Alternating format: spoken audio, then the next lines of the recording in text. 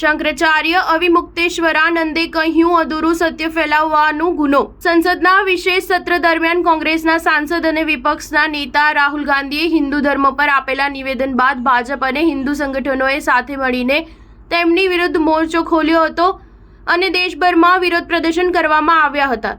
શાસક પક્ષ ભારતીય જનતા પાર્ટીથી લઈને ધાર્મિક નેતાઓએ તેમના પર પ્રહારો કર્યા હતા। ત્યાર આજે શંકરાચાર્ય સ્વામી અવિમુક્તેશ્વરાનંદ સરસ્વતીએ કોંગ્રેસ સાંસદ રાહુલ ગાંધીના હિન્દુ ધર્મ વિષયના નિવેદનનું સમર્થન આપ્યું છે। રાહુલ ગાંધીના હિન્દુ નિવેદનને લઈને ઉગ્ર ટીકાઓ વચ્ચે હવે શંકરાચાર્ય અવિમુક્તેશ્વરાનંદ સરસ્વતીએ કોંગ્રેસના સાંસદનું સમર્થન આપતો એક વિડીયો હાલમાં સોશિયલ મીડિયા પર વાયરલ થઈ રહ્યો છે। શંકરાચાર્ય સ્વામી અવિમુક્તેશ્વરાનંદ આ 1 મિનિટના વિડીયોને કોંગ્રેસ પાર્ટી દ્વારા તેના સોશિયલ મીડિયા એક્સ પ્લેટફોર્મ પર પોસ્ટ કરવામાં આવ્યો છે, જેમાં તેઓ કહી રહ્યા છે કે અમે રાહુલ ગાંધીનું આખું ભાષણ સાંભળ્યું।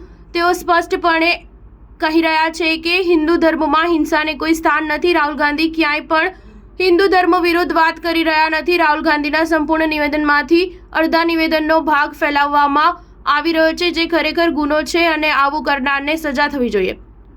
1 જુલાઈના રોજ રાહુલ ગાંધીએ લોકસભામાં કહ્યું હતું કે જે લોકો પોતાને હિન્દુ માને છે તેઓ 24 કલાક હિંસા અને નફરત ફેલાવતા રહે છે।